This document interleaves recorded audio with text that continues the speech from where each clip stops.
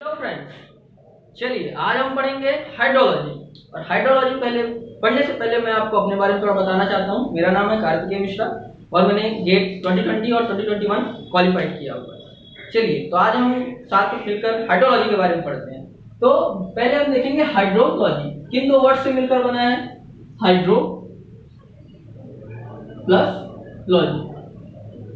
तो हम तो समझते हैं ये हाइड्रो का मतलब क्या होता है, हम सब समझते हैं कि हाइड्रो से हम वाटर को इंडिकेट करते हैं और लॉजी का मतलब क्या होता है, स्टडी। तो डिफिनेशन क्या बनती है हाइड्रोलॉजी की, चलिए आप लोग नोट करें सब।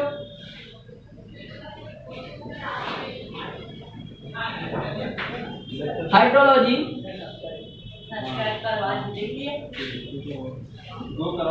Is defined as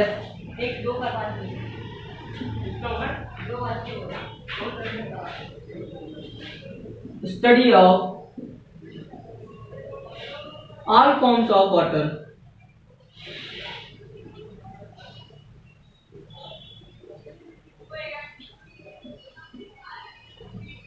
with hydraulics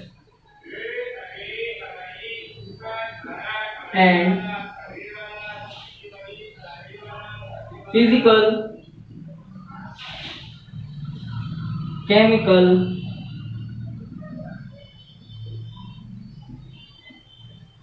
meteorological,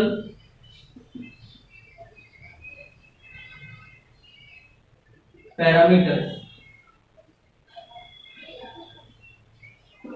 clear है? तो हाइड्रोलॉजी क्या है, ये स्टडी है किसकी, वाटर की, उसके सारे फेसेस में, किसके साथ, हाइड्रोलिक्स और उसके फिजिक्स, केमिस्ट्री और मेट्रोलॉजी के साथ। और अगर हम अलग वे में कहना चाहें तो अलग वे में क्या कहेंगे, in other words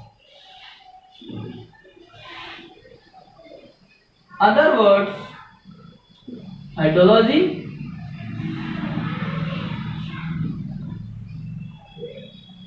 is the study of hydrological cycle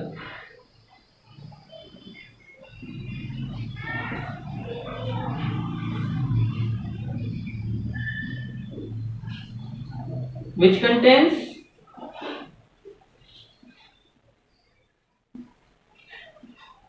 evaporation, precipitation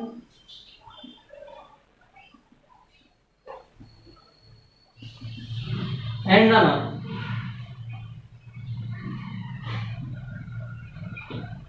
चलिए तो hydrology is the study of hydrological cycle. Hydrological cycle तो हम सभी जानते हैं, इसमें कोई डाउट है क्या? हाइड्रोलॉजिकल साइकिल क्या होती है, पहले क्या होता है, हमारा जो वाटर होता है वो किसी बॉडी से, वाटर बॉडी से इवोपोरेट होता है। इवोपोरेट होने के बाद कंडेंसेशन होता है, फिर प्रेसिपिटेशन होता है एंड देन रन ऑफ होता है। अब जो इवोपोरेशन की जो प्रोसेस है तो हम सब बचपन से ही जानते हैं, उसके बाद कंडेंसेशन और प्रेसिपिटेशन एंड रन ऑफ। अब हम इन तीनों को अलग अलग पढ़ेंगे, ठीक है?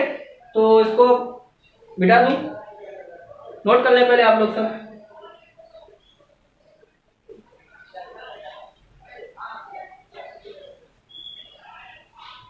चलिए आगे चलते हैं।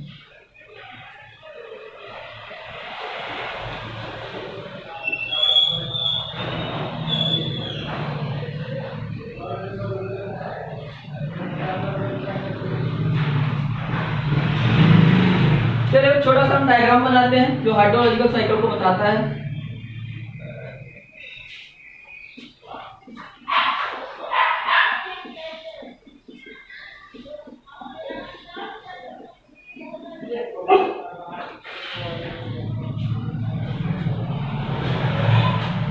ये कोई वाटर बॉडी है, कुछ भी समझ लीजिए आप, लेक है या रिजर्वायर है।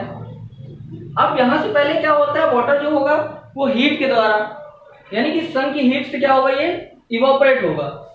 फर्स्टली क्या होगा, इवापोरेट। इवापोरेशन की प्रोसेस होगी और ये इवापोरेट होकर वाष्प के रूप में इकट्ठा होने लगेगा। और यहाँ पर क्या होगा, कंडेंसेशन का प्रोसेस होगी और उससे क्या होगा, क्लाउड फॉर्मेशन होगा। क्या होगा, क्लाउड फॉर्मेशन।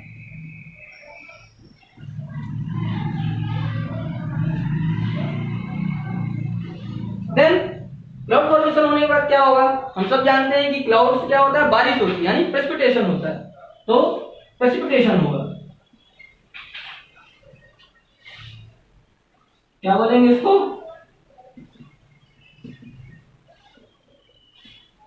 प्रेसिपिटेशन। और जब पानी जो है जो बरसेगा, जब गिरेगा लैंड में, तो क्या होगा, ये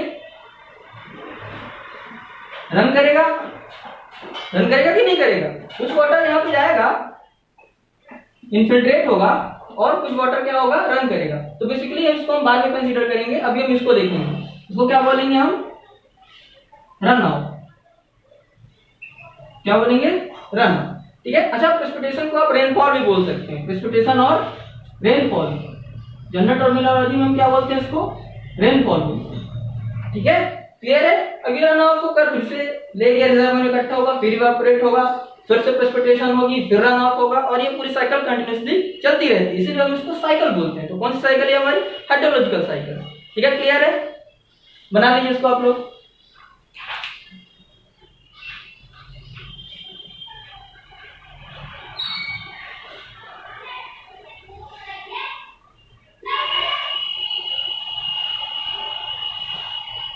चलिए अब आगे चलते हैं। अब हम बात करते हैं, फर्स्ट अपना क्या है, प्रेसिपिटेशन। अब हम प्रेसिपिटेशन के बाद बात करेंगे। चलिए हेडिंग डालिए प्रेसिपिटेशन, मैंने तो डाल रखी पहले से ही, आप भी डालिए।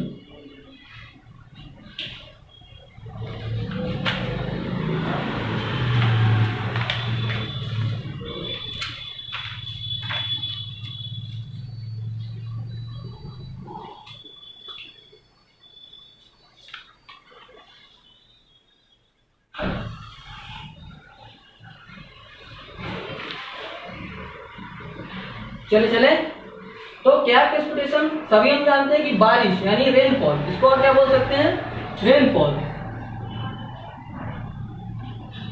रेनफॉल तो एनी फॉर्म ऑफ वाटर, क्या होगी इसकी definition, any form of water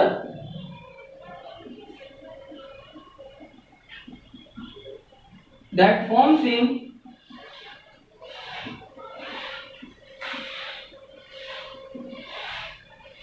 atmosphere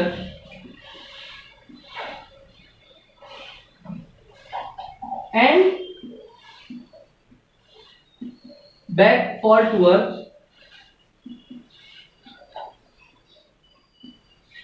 is known as precipitation.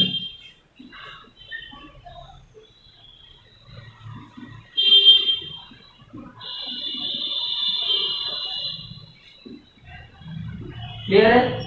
कोई भी फॉर्म, हम सब ये नहीं कहेंगे कि जो पानी जो बूंद के रूप में गिरता है, पानी की बूंदें गिरती है, वही सिर्फ बरसा है या प्रेसिपिटेशन। कोई भी फॉर्म का वाटर, आगे हम डिस्कस करेंगे कितने फॉर्म्स होते हैं वाटर के। तो कोई भी any form of water that forms in atmosphere and backfall to the earth is known as precipitation. Note कर लीजिए आप लोग।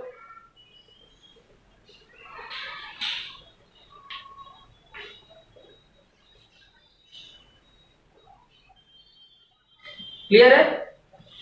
चलिए आगे हम चलते हैं, टाइप्स, इसके टाइप्स के बारे में जानते हैं।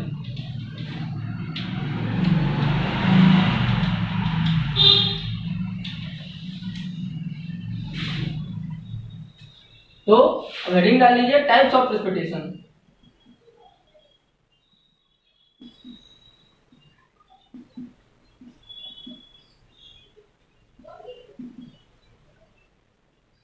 टाइप्स ऑफ प्रेसिपिटेशन, ठीक है। तो फर्स्ट टाइप क्या अपना, रेन। क्या है, रेन। तो रेन को हम कैसे डिनोट करते हैं, मेनली जो जब प्रेसिपिटेशन स्टार्ट हो और उसके जो साइज हो जो वो 0.5 to 6 mm के बीच में वेरी करे। तो हम रेन के टाइप्स ऑफ प्रेसिपिटेशन के बारे में बात करते हैं। उसका फर्स्ट पार्ट क्या है अपना, रेन। रेन तो हम सब लोग जानते हैं, it is the most common type of precipitation, ठीक है। चलिए तो हम आज थोड़ा अपने सिविल इंजीनियरिंग टर्म्स में इसको भी जान लेते हैं क्या होता है रेन। तो रेन क्या है, it is most common type of precipitation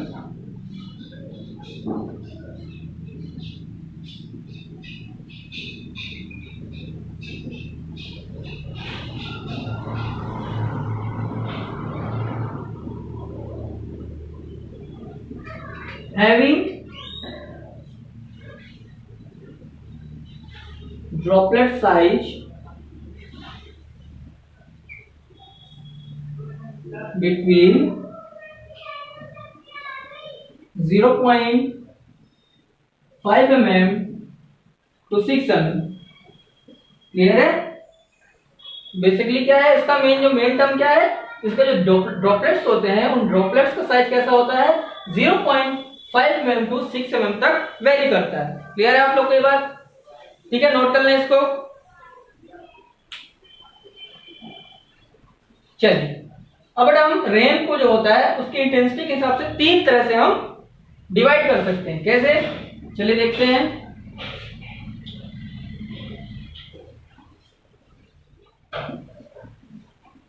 ये चार्ट बनाते हैं। क्लियर है? इंटेंसिटी हम किसमें मेजर करेंगे? mm per hour. इसमें मेजर करेंगे mm पर आवर।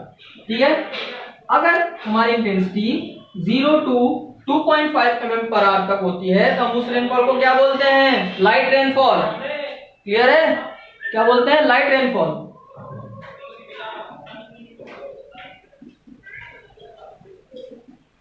क्या बोलते हैं? Light rainfall. और अगर इसकी इंटेंसिटी जो है 2.5 mm से ज्यादा है, क्या है 2.5 mm से ज्यादा और 7.5 mm पर आवर से कम है तो उसको हम क्या बोलते हैं? Moderate rainfall. क्या बोलते हैं? मॉडरेट और मीडियम रेनफॉल। क्लियर बेटा? चलिए, और अगर हमारी जो वैल्यू है इंटेंसिटी की, प्रेसिपिटेशन इंटेंसिटी की वैल्यू हमारी 7.5 mm पर आवर से ज्यादा है तो उसको हम क्या बोलेंगे? Heavy rainfall. क्या बोलेंगे? Heavy rainfall.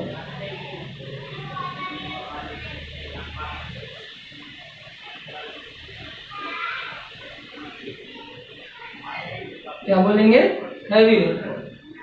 बना लीजिए आप लोग।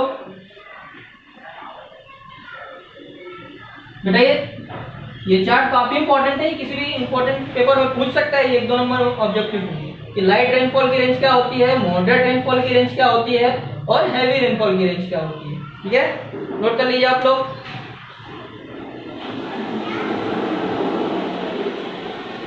चलिए आगे चलते हैं, हम सेकंड पार्ट की बात करते हैं।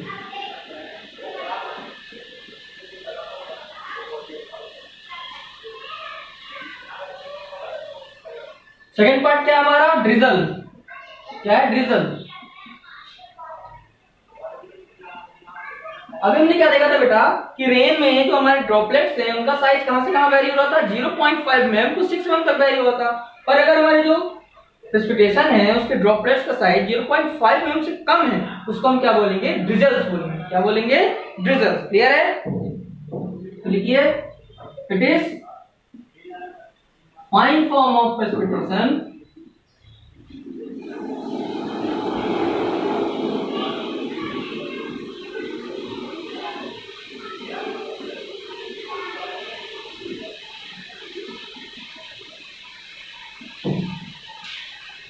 having droplet size less than कितने से बड़ा? 0.5 mm। क्लियर है? नोट कर लीजिए इसको आप लोग। चलिए, तो रिजल्ट क्या हो गया हमारा? उसका जो है ड्रॉपलेट का साइज होना चाहिए, कितना होना चाहिए? 0.5 mm से कम होना चाहिए और इसकी इंटेंसिटी कितनी होनी चाहिए? वो भी 1 mm पर आवर से कम होनी चाहिए। क्लियर है? तो नोट कर लीजिए, and intensity less than 1 mm per hour. अगर ऑब्जेक्टिव पूछता है कि साइज जो हमारा ड्रॉपलेट का 0.5 mm से कम है और उसकी इंटेंसिटी भी 1 mm पर आवर से कम है तो कौन से किस टाइप में आएगा? हमारा ड्रिजल में आएगा। किस में आएगा? ड्रिजल में आएगा। चलिए बेटा आगे चलते हैं, थर्ड में आते हैं हम। थर्ड क्या हमारा? स्नो। क्या है? स्नो।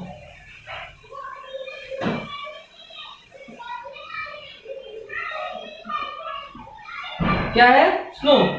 क्या है snow? It is form of It is form of ice crystals. It is form of ice crystals and density about 0.1 ग्राम पर सीसी. सीसी क्या है? ये सेंटीमीटर क्यूब.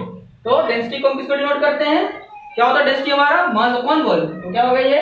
ग्राम पर सीसी. क्लियर है? तो स्नो जब भी पूछेगा तो क्या होगा? ये आइस क्रिस्टल्स के फॉर्म में होता है. उसकी डेंसिटी कितनी होती है? 0.1 ग्राम पर सेंटीमीटर क्यूब के अराउंड होती है. ठीक है, नोट कर लीजिए.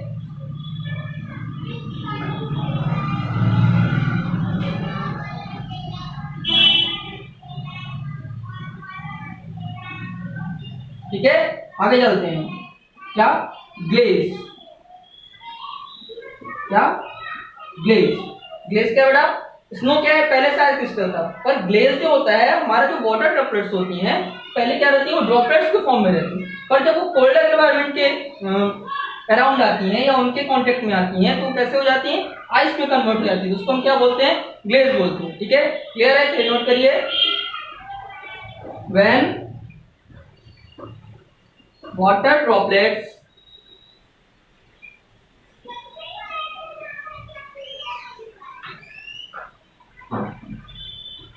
comes into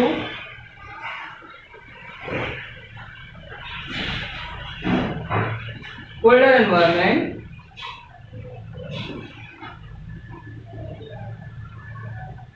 it converts to ice foam. Clear है? तो तुम क्या बोलते हैं? ग्लेज बोलते हैं. अच्छा, इसको हम एक नाम से और जानते हैं. क्या बोलते हैं उसको? फ्रीजिंग ने. लीजिए, आल्सो नोन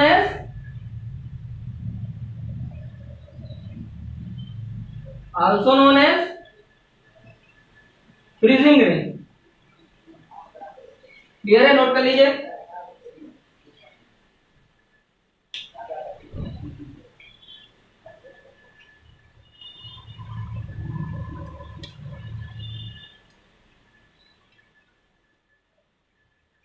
चलिए आगे चलते हैं. हम इस ऊपर वाले को मिटा दें.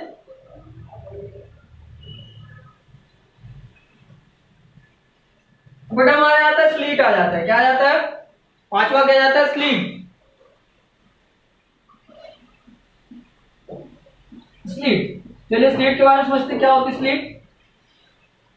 It is in transparent nature. बेटा कैसी होती है? ये ट्रांसपेरेंट नेचर की होती है. और क्या होता है? ये फाइन फॉर्म में होता है. क्लियर है? कैसा होता है? फाइन फॉर्म में होता है. चलिए लिखिए. These are frozen raindrops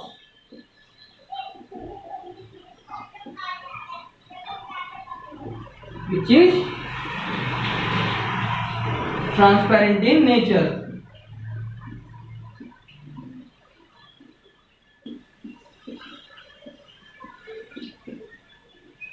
clear है?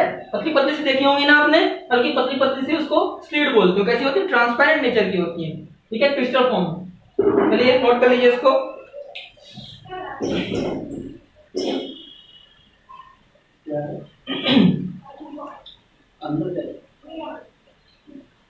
बेटा लास्ट कौन सा बचा अपना? हेल. क्या बोलते हैं? हेल. सिक्स कौन सा अपना? हेल.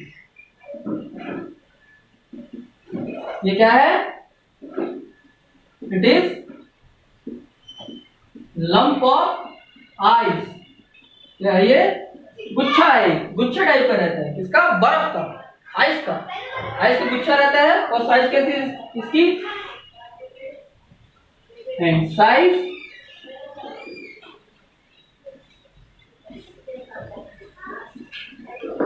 Greater than 8 mm. बेटा नोट कर लीजिए.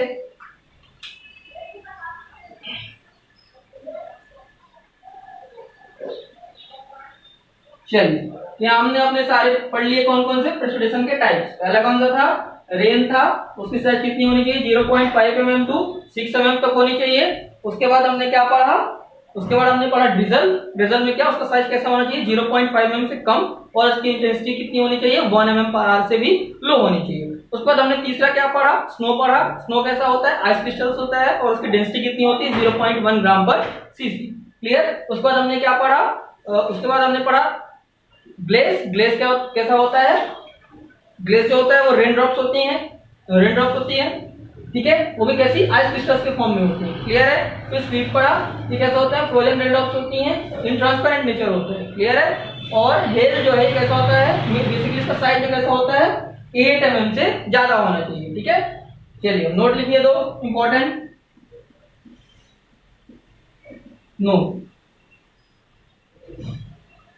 तो जो मेन नोट पे हम क्या लिखने वाले हैं कि अगर हम किसी डे को रेनी डे बोलते हैं तो हम उसकी डेफिनेशन क्या देंगे, a day is called as rainy day if the rain precipitates there 2.5 mm or more than। Clear है। अगर किसी जगह पर 2.5 mm या उससे ज्यादा की बारिश प्रेसिपिटेशन उस जगह पे होता है एक दिन में, तो उस डे को हम कैसा बोलते हैं, रेनी डे बोलते हैं। क्लियर है। तो देखिए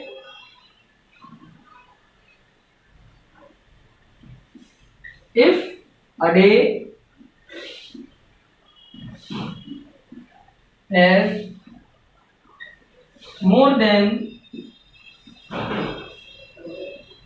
2.5 mm precipitation, it is called as rainy day।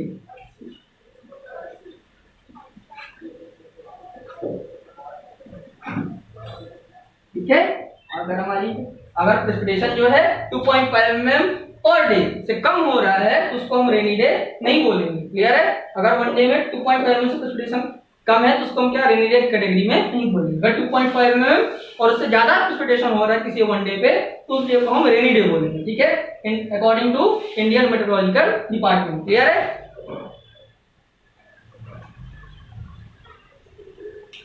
चलिए आगे चले बेटा।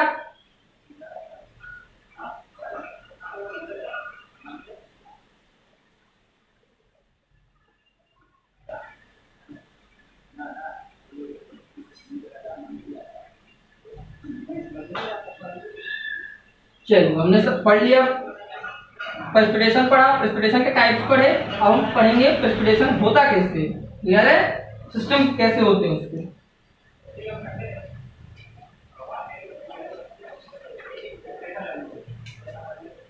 क्लियर है। सिस्टम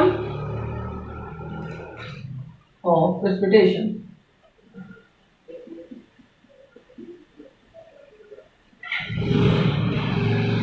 क्लियर है। चलिए बेसिकली हमारे पास 3 तरह के सिस्टम होते हैं। एक होता है ऑरोग्राफिक, एक होता है कन्वेक्टिव और एक होता है हमारा साइक्लोनिक। क्लियर है। चलिए तो हम सबसे पहले कन्वेक्टिव से शुरुआत करते हैं। पहला है कन्वेक्टिव।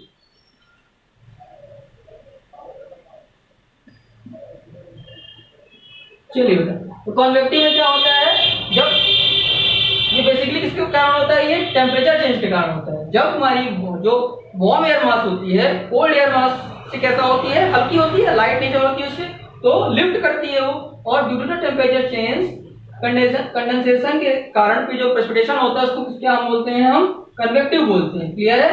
चलिए तो लिखते हैं हम इसके बारे में।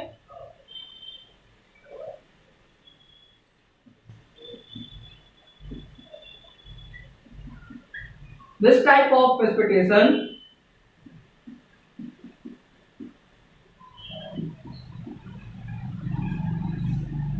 occurs due to temperature change।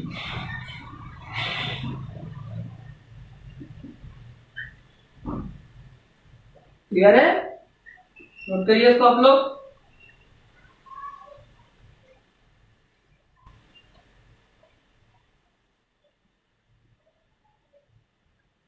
चलिए तो अब देखते हैं क्या होता है। Warmer air mass, warmer air mass is lift up due to its lesser density।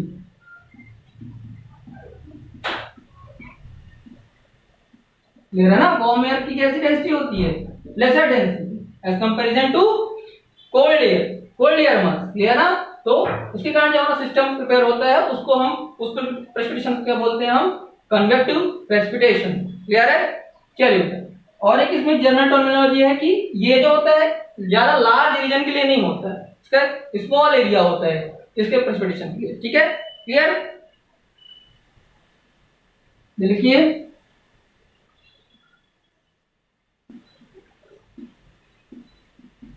extent of such rainfall is generally small,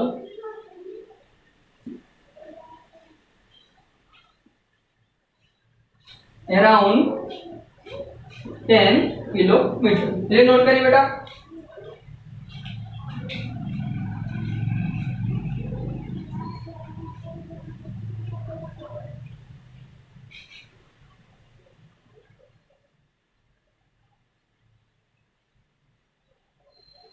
चलिए आगे चले।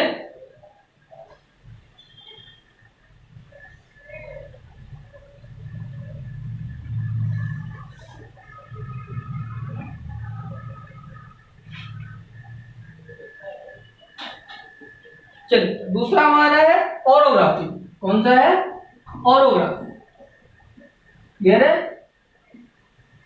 ऑरोग्राफी। तो ऑरोग्राफिक प्रेसिपिटेशन में क्या होता है? सिंपली कि जब हमारी एयर मास जो होती है, कैसी एयर मास? वार्म एयर मास जब लिफ्ट करती हैं और किसी माउंटेन लाइक स्ट्रक्चर को जो बैरियर मिलता है उसको ऊपर की तरफ और लिफ्ट नहीं होने देती हैं, वहीं पे कूलिंग होना स्टार्ट हो जाती है उनकी। कंडेंसेशन के बाद जब प्रेसिपिटेशन होता है तो उसको हम क्या बोल देते हैं? Orographic precipitation. लाइक ये हमारा माउंटेन है। क्लियर?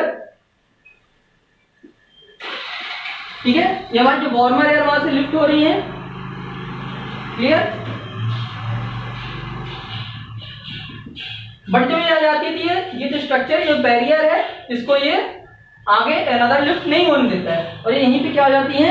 क्लाउड फॉर्मेशन हो जाता है कंडेंसेशन प्रोसेस के कारण। ठीक है, और जब ये क्लाउड जो होता है इधर ट्रेवल नहीं कर पाता है कि पूरा का पूरा जब प्रेसिपिटेशन होता है इसी एक पर्टिकुलर रीजन पे होता है, तो इसके कारण यहाँ पे क्या बहुत ज्यादा हैवी रेनफॉल होती है। बेसिकली यही जो होता है सबसे ज्यादा रेनफॉल के लिए कॉज होता है। हमारे इंडिया में सबसे ज्यादा रेनफॉल जो होती है, वर्ल्ड में सबसे ज्यादा कहाँ होती है? मानसून में, वो इसी प्रेसिपिटेशन के कारण होती है। क्लियर है? ऑरोग्राफिक प्रेसिपिटेशन के कारण। ठीक है, क्या पॉइंट लिखना है इसके? When warmer air mass lift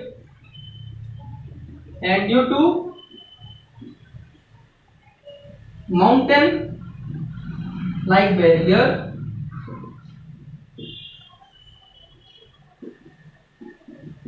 it starts cooling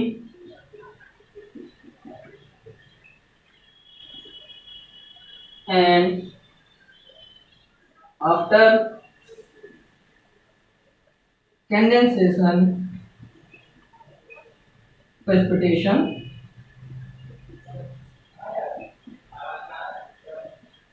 occurs known as orographic precipitation. Orographic precipitation। बेटा, और बेसिक इसकी बात क्या है? हमें किसके लिए रिस्पॉन्सिबल है? हैवी रेनफॉल के लिए। किसके लिए रिस्पॉन्सिबल है ये? हैवी रेनफॉल के लिए। ठीक है, नोट कर लीजिए इसको आप लोग।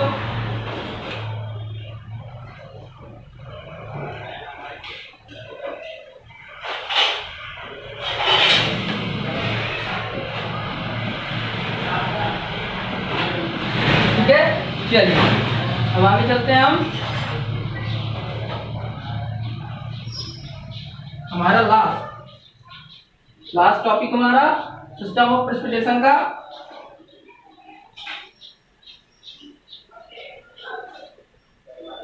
क्या है? साइक्लोनिक। क्या है? Third cyclonic. तो नाम से पता चल रहा है बेटा क्या है इसमें? साइक्लोनिक। साइक्लोनिक वर्ड में क्या आ रहा है? साइक्लोन। ठीक है, साइक्लोन कैसा होता है? एक ग्रेट लार्ज, मतलब ग्रेट या बड़ा जो होता है ये लो प्रेशर रीजन होता है। कैसा होता है ये? Low pressure region with circular motion. Clear है? तो जो साइक्लोनिक प्रेसिपिटेशन होता है ये किसके कारण होता है? प्रेशर डिफरेंस के कारण होता है। किसके कारण होता है? प्रेशर डिफरेंस के कारण। और कन्वेक्टिव कैसा होता था? टेम्परेचर डिफरेंस के कारण। क्लियर है? चलिए तो लिखते हैं हम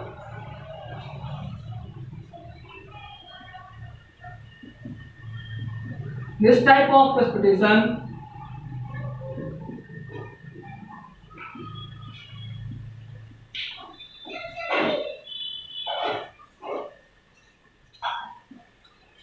occurs due to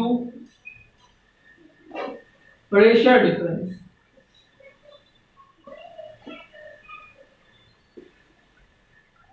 क्लियर है? नोट करिए आप लोग। चलिए, और साइक्लोन क्या होता है? साइक्लोन क्या होता है बेटा? Cyclone is a large low pressure region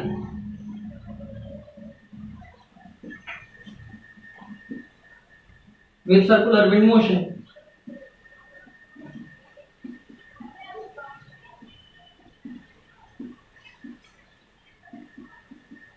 clear है? नोट करिए। तो इस टाइप से जब प्रेसिपिटेशन होता है उसको क्या बोलते हैं हम? साइक्लोनिक प्रेसिपिटेशन बोलते हैं। ठीक है? और इसी कारण जो रेनफॉल होती है कैसी होती है? वो हैवी रेनफॉल होती है। कैसी होती है वो? Heavy rainfall.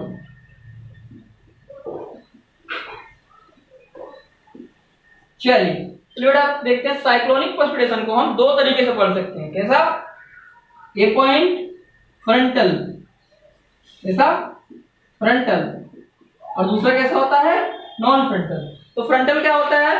फ्रंटल बेसिकली क्या होता है? जब warm air mass and cold air mass meet करती हैं और वार्म एयर मास जो लिफ्ट हो जाता है और सेट हो जाता है किसके ऊपर? कोल्ड एयर मास के ऊपर, तो उसको हम क्या बोलते हैं? Frontal precipitation. क्लियर है? और नॉन फ्रंटल में क्या होता है कि वार्म एयर मास जो रहती है हमारी स्टेशनरी रहती है और कोल्ड एयर मास मूव करती है और उससे जब मीट करती है तो उस तरह का प्रेसिपिटेशन को हम क्या बोलते हैं? हम नॉन फ्रंटल प्रेसिपिटेशन। क्लियर है? देखिए, when warm air mass and cold air mass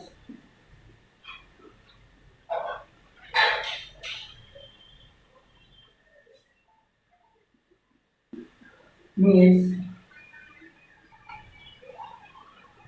and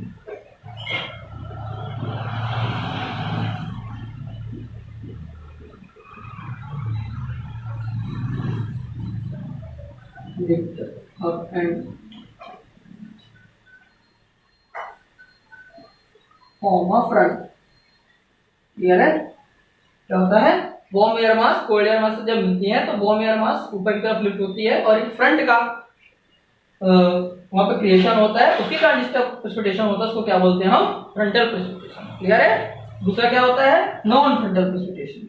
क्या होता है? Non frontal precipitation. ये बहुत इंपॉर्टेंट टर्मिनोलॉजी। तो नॉन फ्रंटल कैसा होगा? जस्ट इसका अपोजिट। यहाँ पे क्या होता है? एयर वार्म एयर मास जो होती है लिफ्ट होती है और यहाँ पे क्या होगा? कोल्ड एयर मास मूव करेगी। क्लियर है? When moist warm air mass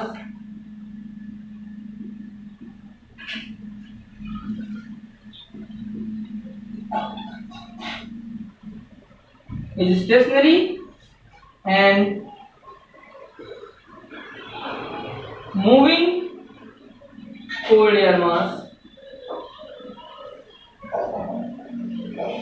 make it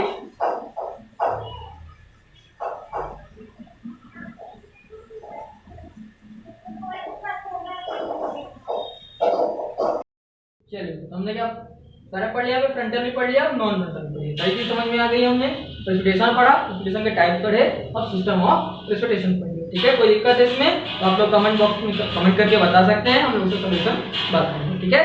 तो पढ़ते रहिए, स्वस्थ रहिए और कल हम फिर से मिलेंगे हाइड्रोलॉजी में। और ये हाइड्रोलॉजी के ना अपना बड़ा इंटरेस्टिंग सब्जेक्ट है। ठीक है? बड़ा मजा आने वाला है। कल मिलते हैं फिर से और हाइड्रोलॉजी में आगे डिस्कस करते हैं। कल हम पढ़ेंगे क्या? Measurement of precipitation. ठीक है? चलिए तब तक के लिए बाय बाय।